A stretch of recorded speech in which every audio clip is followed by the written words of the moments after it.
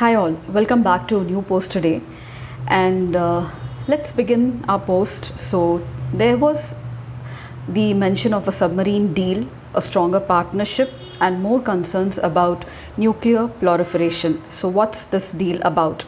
So this is none other than the AUKUS submarine deal that was decided between US, UK and Australia, the new security alliance, which is of a very recent formation just in September 2021. So what's this deal about? Let's discuss. And what are the concerns of nuclear proliferation? Is Australia really getting nuclear arms? Let's look into this. So this is a 4-phase plan it is a submarine deal to be sold by UK and US to the third country in the AUKUS grouping. I told you it was formed in September 2021. It's a security alliance. And so US and UK are going to send nuclear submarines to Australia. This 4-phase plan has made nuclear arms control experts now nervous, and here's why. So it's a tripartite deal between US, UK and Australia. The security alliance has now decided to enhance the naval capability of Australia and has unveiled a plan to sell 8 nuclear power submarines to Australia. So from this year onwards, the Australian military and civilian personnel will embed with the UK and the US armies and the navies, and within both the countries, along with their submarine nuclear submarine industrial bases as well. So from 2027, US and UK plan to rotate their nuclear power submarines also near Perth, that is Australia. So why? This is a part actually to push up the stepping up of training of Australians with regard to the nuclear submarines that are going to be sold to Australia, and also to improve Australia's naval capability with regard to its performance in the South China Sea, and also to protect itself in case there is a crisis. Now, the reason for this nuclear submarine deal between the three countries is increased Chinese naval presence and assertiveness, particularly in the South China Sea, and China claims control to the Paracel Islands, Spratly Islands, etc. So this has convinced Australian government that it requires submarines which are capable of operating far away from the bases, because most of the submarines in Australia have aged and they are going to be out of service by 2030. So both as a deterrent and also as an attack capability in case there is a crisis, now Australia is improving its naval fleet. And the current fleet of the Collins class conventional submarines are expected to lose their edge by 2030s. So the nuclear power submarines which are being sold to Australia have a very distinct capability and an advantage over the conventional submarines that Australia has, which are diesel electric boats. And the nuclear submarines which are being given as a tripartite deal to Australia don't need to come up to the surface every now and then to snort and to recharge their batteries how the diesel submarines do. So this is a major advantage, and these nuclear subs can leave the port and stay underwater for weeks together and also months, avoiding detection. So this is the major advantage. Now let me tell you that this tripartite nuclear submarine deal between the three countries has 4 phases. Let's look into them quickly. So first of all, number 1 is embedding the personnel and port visits. So Australian military will embed its military personnel with the allies, that is the US and the UK navies, and the nuclear submarine from US will increase their visit to the Australian port for training. Number 2, submarine rotations. So from 2027, the US and the UK, who are selling these submarines to Australia, plan to rotate the UK Astute class submarine and the US Virginia class submarine to Australia. This is for trial and training of the personnel there. Number 3, sale of US Virginia class submarines to Australia. So from early 2030 onwards, after the approval of the Congress, US will start selling 3 Virginia class submarines to Australia, and also there is an option of acquiring 2 more out of the 8. And the 4th important one is SSN AUKUS. Now this is a very special development because it's a new class of nuclear submarine that is going to be designed and developed jointly by both UK and Australia. It is called as SSN AUKUS. So a combination of UK submarine design and US defense technology will lead to development of a new SSN AUKUS submarine that is going to be as a future attack submarine both both for Australia and UK. Both Australia and UK intend to start building this SSN AUKUS submarine in their domestic shipyards just before the end of this decade.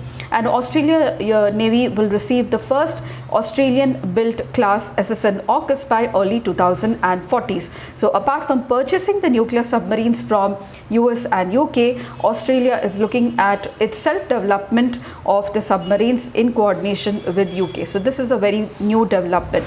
Now Australia will begin construction works on the shipyard to build the nuclear power submarines in Osborne later this year.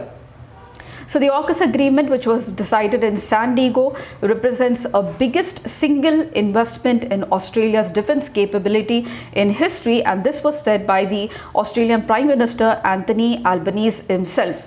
So how did China, who's at the core of the South China Sea, and I told you with the reason for this AUKUS deal and why to actually upgrade the Australian fleet of submarines. So how did China respond to the AUKUS deal? Now China responded to the announcement saying that the nuclear submarine cooperation plan was a blatant act that constitutes a serious violation of the nuclear non-proliferation risks and undermines the international non-proliferation system, and also is going to fuel our arms race and also is going to hurt the peace and stability of the region.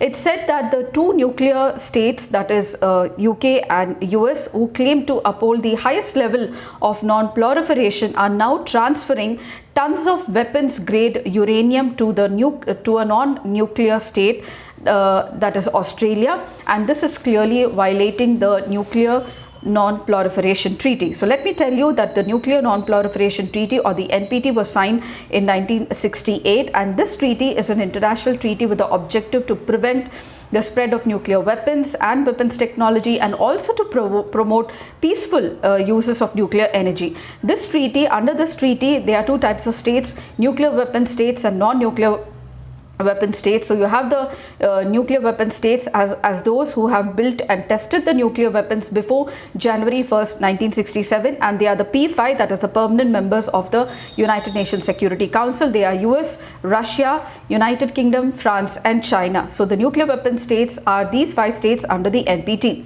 while the rest constitute the non-nuclear weapon states. Now so what is the concern actually? So that's what China was saying, that nuclear weapon state transferring material to a non-nuclear weapon state is a clear violation of the NPT. So what is the concern about nuclear proliferation? Is Australia going to build nuclear arms? Is there nuclear arms being sold to Australia? Let's look. Now the AUKUS scheme that was announced in San Diego represents the first time loophole that was removed in the 1968 nuclear non-proliferation treaty by the US, and this provision was used to transfer fissile material, that is uranium and thorium, or nuclear technology from a nuclear weapon state, that is UK and US at present, to a non-weapon state, that's Australia.